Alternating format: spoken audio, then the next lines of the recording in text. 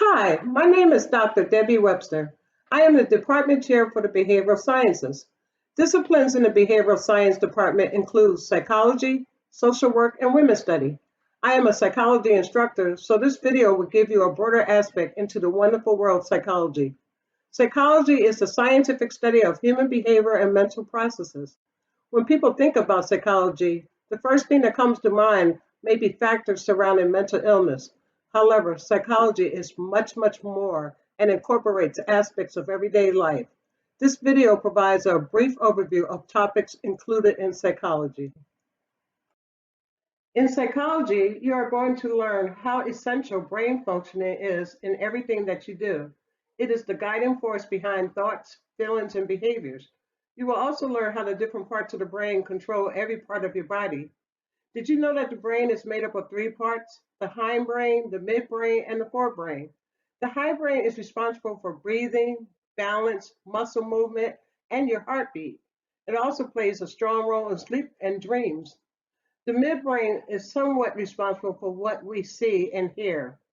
Now, the forebrain, which is the largest part of your brain, is responsible for a host of factors, such as basic emotions like fear and anger, your memory, and even how you learn.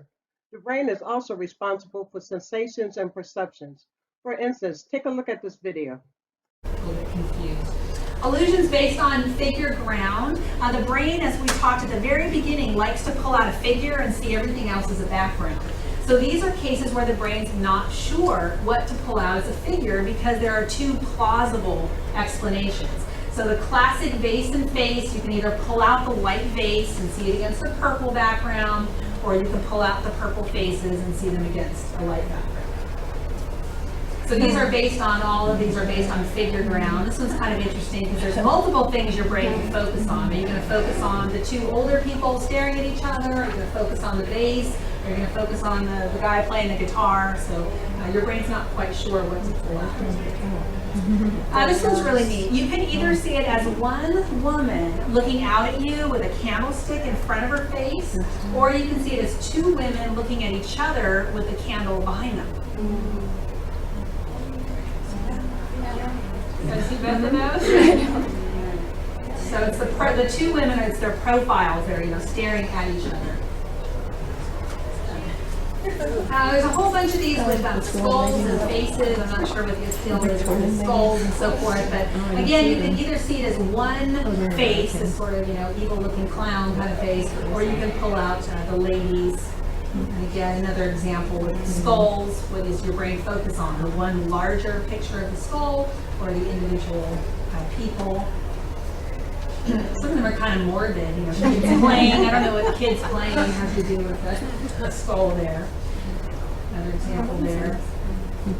This one here was actually used in an anti-smoking campaign many years ago, try to get people to stop smoking. But you can either see the skull with a cigarette hanging out of its mouth, or the cute little French couple having their romantic night. So maybe a little bit harder for you guys to see. You can either see this outdoor scene, or you can see one face looking out at you. Illusions involving perspective.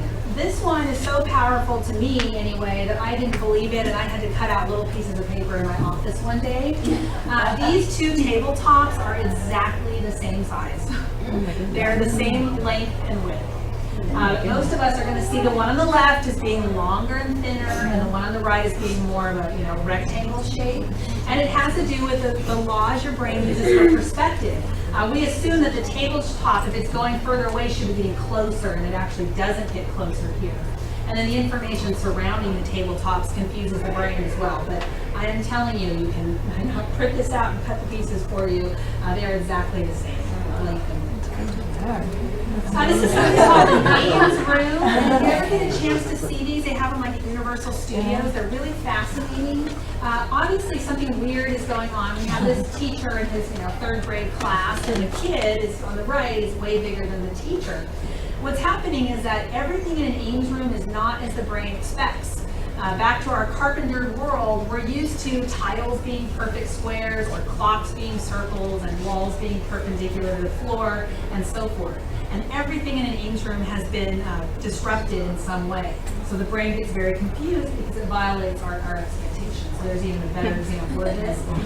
This technique is used a lot in movie making, like in the Lord of the Rings series. There's a scene where Gandalf is big and he's talking to someone who's little, and they're using basically the same trick here to give that illusion so the viewer thinks that one person is a lot bigger than the other, just by altering the scale and the angles of everything. Hello, come on in.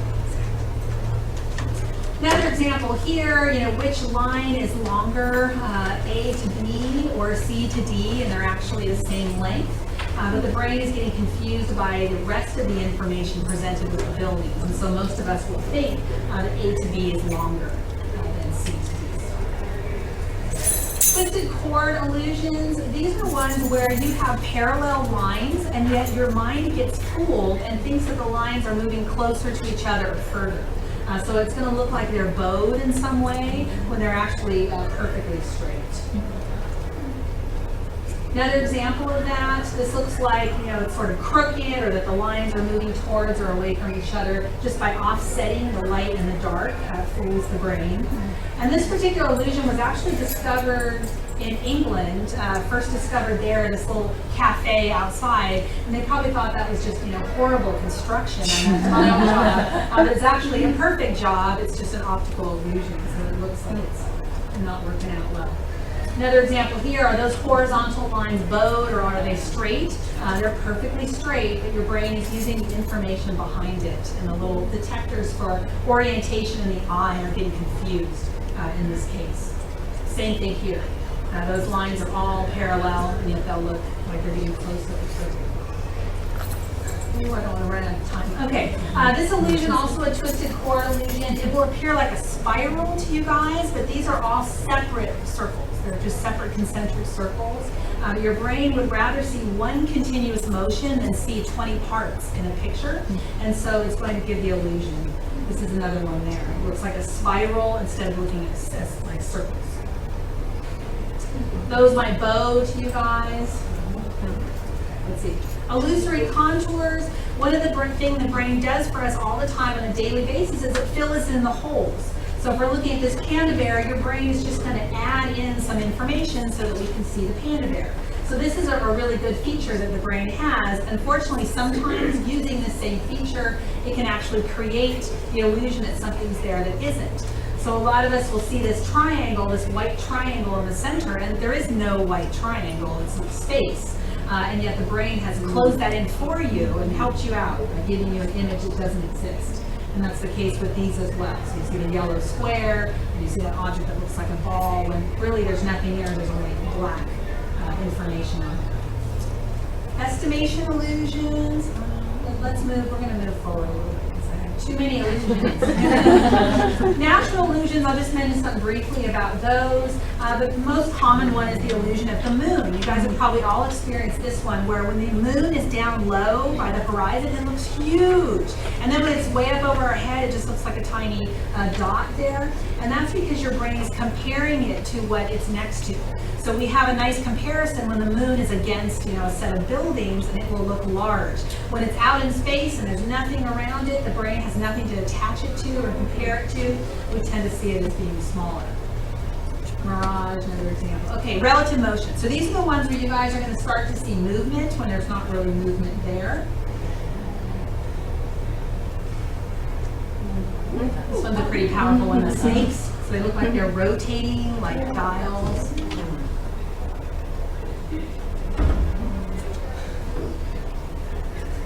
That one should look like it's kind of bulging out at you. Those, again, another example where they rotate. These are quite good. So it looks like waves. Waves are bright. I have a whole bunch of these wave ones. I don't know, get on the waves.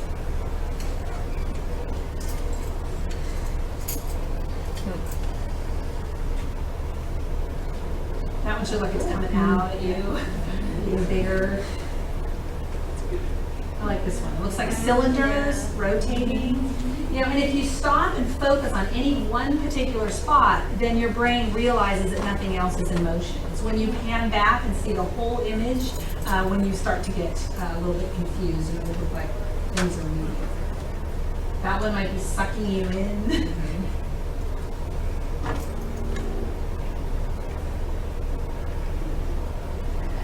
That one.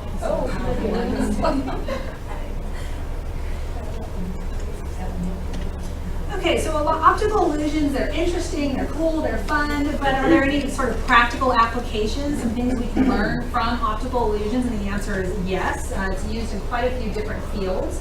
That last illusion I showed you was actually part of an advertising campaign for Sony, where they said colors become alive, so literally they are becoming alive on the screen. So advertisers often will use optical illusions. There's another example. This is just painted on the side of the truck, of course gives the illusion. So again, using those same principles that we know of how the brain works, we can use those principles and apply them to creating these illusions. Optical illusions have been used in architecture. So that building on the upper left used that same illusion from that little cafe in England. This distorted looking building on the right there, looks like it's going to fall over. It's also capitalizing on those same things. Obviously used in entertainment. So magicians are going to be using optical illusions, movies, those fun houses that you go into, they're all capitalizing on those same things as well. And of course artists, because artists have to create the illusion of depth on a flat surface, so they use those same principles as well. And this is one of those impossible pictures where the brain's having trouble figuring out how is this exactly working here. And some of the sidewalk, art that you guys are seeing more commonly now. I mean, this is something just painted on the sidewalk, and yet the brain is just, whoa, when it sees those kinds of images, and it's using these same principles. The military, so camouflage is a perfect example of trying to fool the brain and use the science of optical illusions to make sure that something disappears versus standing out. Another topic in psychology that explains the world around you would be concepts of the conscious and unconscious mind, like your dreams, sleep patterns, the influencing aspect of hypnosis. And what about meditation techniques that can be useful in stressful situations? And what about the effects of psychotropic drugs? Psychology also tackles how a person learns. Do you know that learning takes place from the moment you are born? A baby may learn to stop crying when they see their mother bringing them their bottle. This is a concept known as classical conditioning. And toddlers learn how to exhibit certain behaviors through the use of positive and negative reinforcement, as well as punishment. And you may even gain understanding as to how children learn by imitating their parents' behaviors. We like to explore fun and strategic ways of understanding how memory works. You will learn techniques that you can put into practice when you are trying to remember those concepts when taking an exam. We also explore the concept of memory failure. Take a look at this picture. Can you identify the correct penny? We discuss many ideas on what drives and motivates our decisions and helps us to solve problems, as well as explore our basic emotion, what triggers and drives emotional responses, and how it leads to our behaviors in different situations. In talking about the concept of emotion, here is an exercise that's frequently done. Take a look at the faces in the picture. Can you tell what basic emotion each of the faces is displaying? Another fun aspect of what is explored in psychology is understanding the development of our personality and how our unique ways of thinking, feeling, and behaving creates different ways of interacting with others, interpreting experiences, and adapting to the world around us. It shows us in what ways we are similar and different from each other. When we're talking about personality, some of the exercises that we do in psychology is sometimes give little mini personality tests. And then we ask students, does this seem like it fits who you are? And for many students, they find this to be a fun exercise. But outside of the basic standard personality test, sometimes we can look at subjective tests, like the thematic apperception test. Take a look at these pictures and see if you can form a story behind these pictures. if you can, most of the time, in sharing your stories gives great insight into your personality.